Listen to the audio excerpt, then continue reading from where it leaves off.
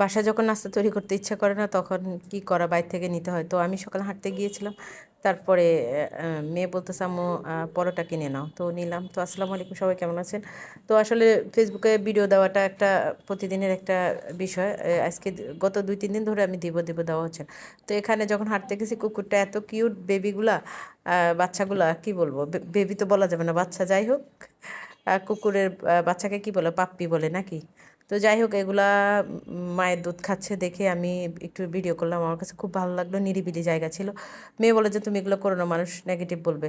তারপরে বাসায় আসলাম, ওই যে পরোটার সাথে ডিম ভাজি করলাম, একসাথে অনেকগুলো ডিম ভাজি করে তারপরে আহ, মানে সবাই নাস্তা করবে এই জন্য সবার জন্য আলাদা আলাদা করে ডিমটা পোস্ট করে নিচ্ছে। ডিমটা খুব ভালো হয়েছে, আমার সাধারণত ওরকম ভালো হয় না, তো ওই দিন দেখলাম যে আমার খুব ভালো হয়েছে।